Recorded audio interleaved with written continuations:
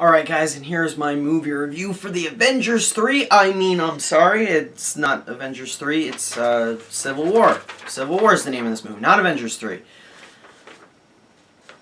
It's Civil War. Captain America Civil War. It's another Captain America movie. It's not another Avengers. No, it is another Avengers movie, but shh, don't tell anyone that. Hey there guys, what's up? It is Autobot Mike 18 here, back with another movie review. Guys, real quick, before I get into this video, holy crap, I haven't been in front of the camera in so long, okay? It's been a while, and I'm sorry about that, guys, but as you know, I'm gonna make a random vlog. I'm gonna address why I've been so inactive and everything. It's gonna happen, trust me. But real quick, just really quick when I get this out, I am done with school. I've been, less and less busy. And I am going to slowly but surely get back into the swing of my summer movie, or my summer YouTube schedule where I upload old movie reviews and everything. That is all coming back to you guys. I'm going to be back with giving you a lot more videos than I have in these past couple months because I know I've been so scarce. I've only been uploading like 5 videos a month, which is unheard of for me. I kid you guys not. They're coming back, okay? Just be patient with me. Thank you. Anyway, moving on. Let's talk about what I'm going to be reviewing in this video, and that's official, guys. Kickoff of the summer movie season here. Would you believe it's summer already? I'm so excited that we are in the summer movie season, and let's see if any other movie is going to top this one. Captain America Civil War is now finally out. I was so hyped for Civil War, and I know a lot of you guys are going to be like, Mike, we've seen these guys before. We've seen them in Age of Ultron. We saw them in the first Avengers. Why are you so excited? Why are you like freaking out like a little fangirl? They're gonna fight each other this time. That's so awesome. Okay, like who wouldn't want to go see that? All right, they're gonna clash. Captain America and Iron Man are gonna throw down. Who wouldn't want to go see that? But that's just me. Anyway, yeah, I was really pumped for Civil War. I saw it last night. I saw it Thursday night at the early showings because there's no way I was waiting until the weekend to see this. It didn't disappoint. But before I just like geek out and fanboy out, because I'm not gonna geek out and nerd out and say that this movie isn't like just a masterpiece because well it might be. Every movie's got its problems, just saying. Let's get into the plot synopsis for the movie, and of course, you guys know me, I'm spoiler free. I never spoil unless I'll put a spoiler warning but I don't spoil. And there are so many great moments in this movie that I do not want to spoil. I might do a spoiler review actually because I am intending on seeing this movie at least one more time. I went last night with a friend to go see the movie, and I know my brother wants to go see this at some point. He still hasn't seen it yet, so I know we're going to see it at some point this weekend, so I definitely want to see it again. I'm going to see it again. But getting into the plot behind Civil War, it's Team Captain America and Team Iron Man. They're fighting. That's it. No, I really would love to just say that that's what this movie is about, but I got to give you guys a little bit more. But one thing I do really want to praise the trailers for this movie is that the marketing behind this movie did a great job of not telling me why these sides are clashing. Because going into this movie, I had no idea why they were going to fight, what was causing a conflict. I had heard a few little things based on the comic book Civil War, but I didn't know like what exactly it was they were going to clash over. And I loved how the trailers just didn't bluntly tell me that. And I know it's just a small thing. It's really like the inciting incident in the story. It's the thing that gets them into the conflict. But I love how it wasn't revealed. Like, I didn't want to know why they were fighting. I loved how they saved that for the movie. Thanks, trailers. But anyway, it's basically Team Iron Man and Team Captain America are really struck on this one issue known as the Sokovia Accords. That's all I'm going to say really about that. It's really this, like, it'll basically limit the Avengers' ability to just go out and save people without sort of like, kind of like government restriction or them trying to hold the Avengers back in a way. Because let's look at all of the destruction that the Avengers have inadvertently caused just to save people. And yeah, they've been causing a lot of destruction in places like New York in the first Avengers, or in Sokovia in Age of Ultron, when they just made a mess of everything there. At the same time, while they're saving people, all of the villains that they're fighting, and the fact that they are just these superhumans themselves, they're causing other people to die around them, inadvertently, of course. Because that's what happens when you have these aliens attacking the Avengers, okay? Destruction's gonna happen. People are going to die. But it's making Tony Stark's side feel really, really guilty, especially Tony himself, which is why he wants the government to sort of have more control over, and more say, especially the international, overseas countries. He wants them to have more say over when the Avengers can intervene or not, you know? And Captain America is totally not for this. He believes, this is our job. This is their duty. This is what they're signing up for. This is what they do. This is who they are as people. They are superheroes. This is what's going to happen when people are invading the Earth. It's just how it is. And Cap is he doesn't want to, he's not for these Accords. Tony is. And the whole fact of the Winter Soldier, the fact that he's still out at large, and he plays into this plot magnificently. I don't want to spoil anything.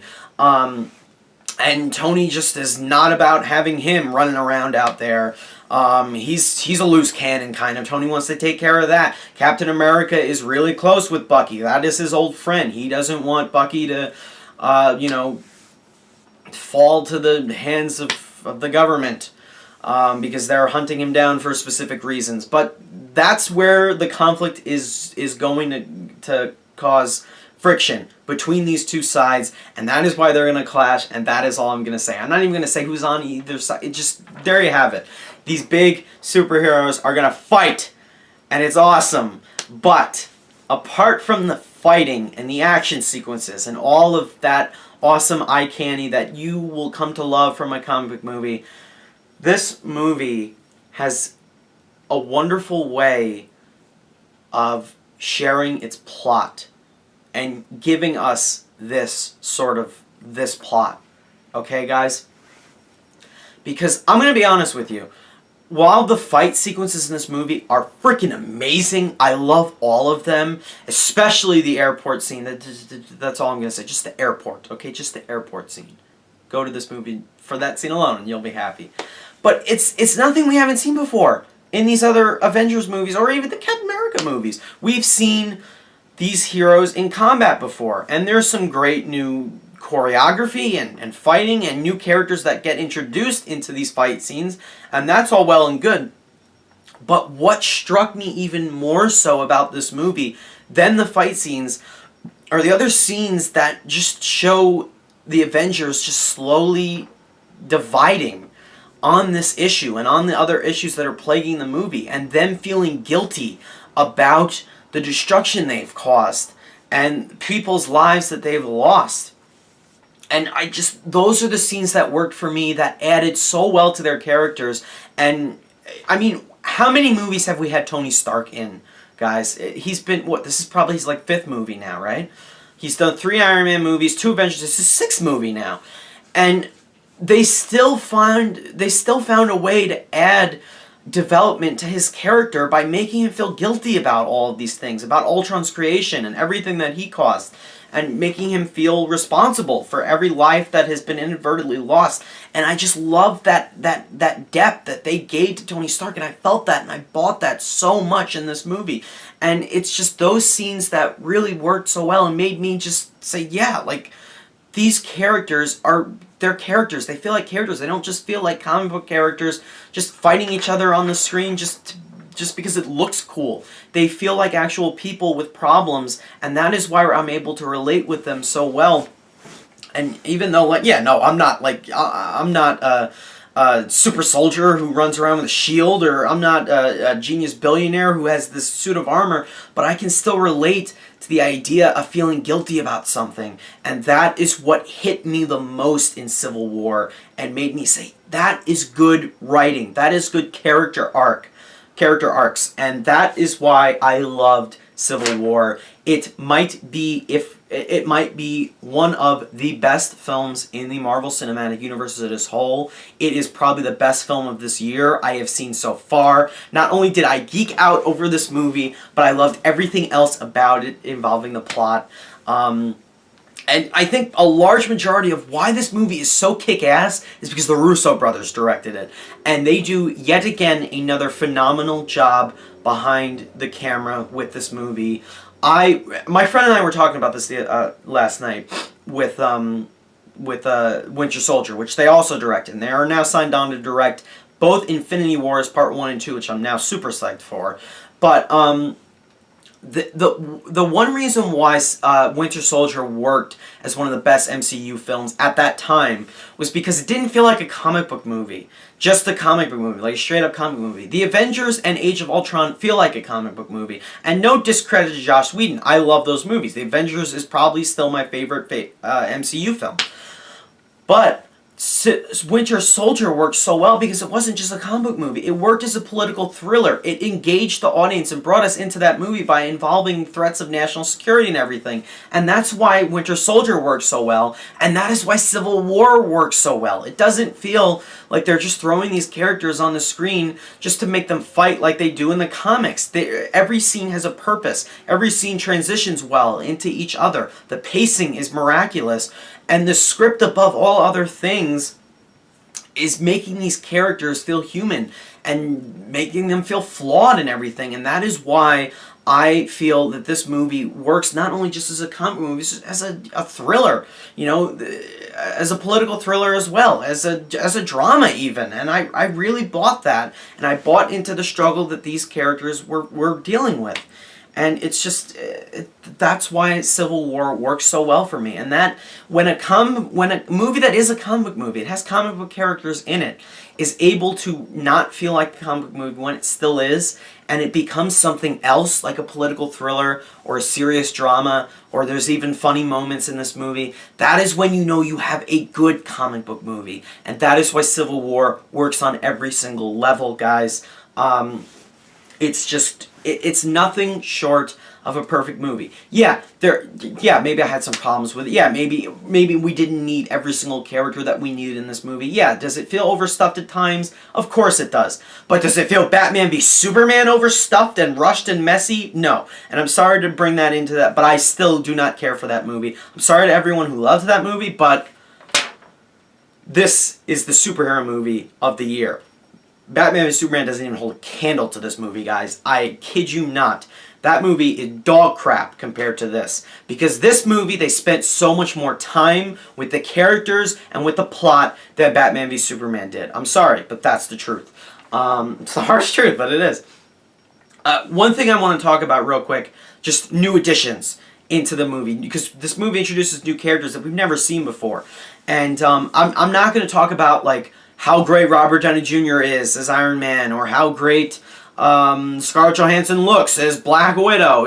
I've talked about it before in previous movies. They've been in all these other Marvel movies. It's not needed.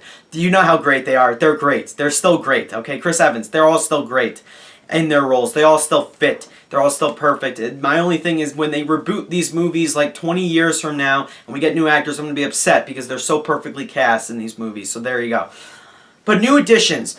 Chadwick Boseman killed it as Black Panther in this movie. Holy crap. I love his introduction. I love his motivations. It makes sense. It worked for me. I felt for him. I understood why he was going after the Winter Soldier in this movie.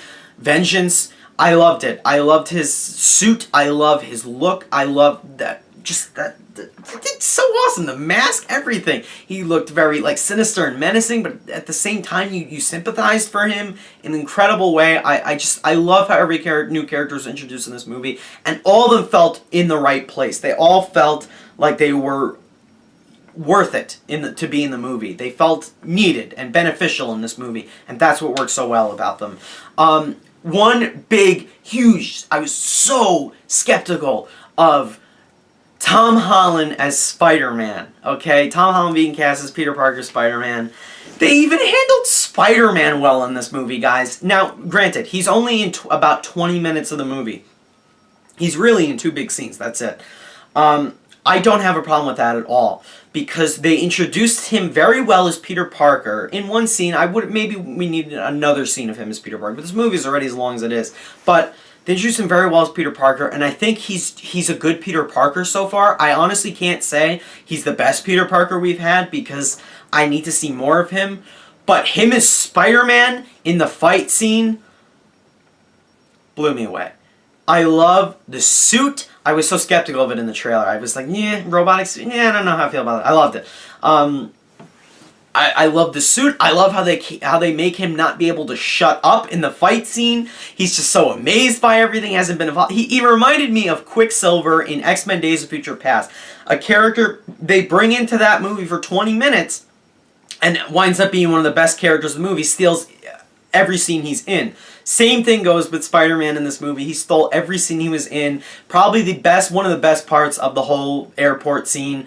I loved him in this movie, and one thing that this movie made me want to do afterwards is make me want to see more Spider-Man. I can't wait to see him in Spider-Man Homecoming now. I thought he was in the movie for just the right amount of time, in all honesty. He might be one of the best iterations we've had of Spider-Man, of the comic book character Spider-Man. No discredit to Tobey Maguire, who I loved, and even Andrew Garfield, who was a good Spider-Man, even though I hate those movies. But he might be the best iteration we've seen of Spider-Man so far. I need to see more of him, though. And I can't wait to do that, because he was so great in this movie and so likable and charming as Spider-Man. That's why I can't wait for Homecoming. And that's something I immensely need to give credit to the filmmakers for. I even love how they gave more development to Scarlet Witch's character, Elizabeth Olsen, who I felt we didn't get enough with in Age of Ultron. Even Vision's character, I loved their whole dynamic, their relationship in this movie. But Scarlet Witch specifically, I really felt bad for her in one of the opening scenes of the movie. And I was like, there you go, that's what I needed in Age of Ultron, but I get it in Civil War. Good job, movie. And then other side characters like Hawkeye get introduced, come back into the movie later on, or someone like Ant-Man, but it's like we already had movies with them, so I didn't need them introduced earlier. I think they introduced all the new characters at just the right times, and all of the old characters that we've seen in maybe one or two other movies before, I think they brought them in at just the right times, and they felt in the right place, in my opinion. And I thought that everything worked in that sense with Civil War. All these characters worked so well. The fight scenes are just so awesome. You're gonna geek out over them, guys. They're so freaking cool. Okay, and that's not why I'm gonna grade this movie as high as it was. It's not just the fight scenes, the choreography, the visual effects, which are spectacular.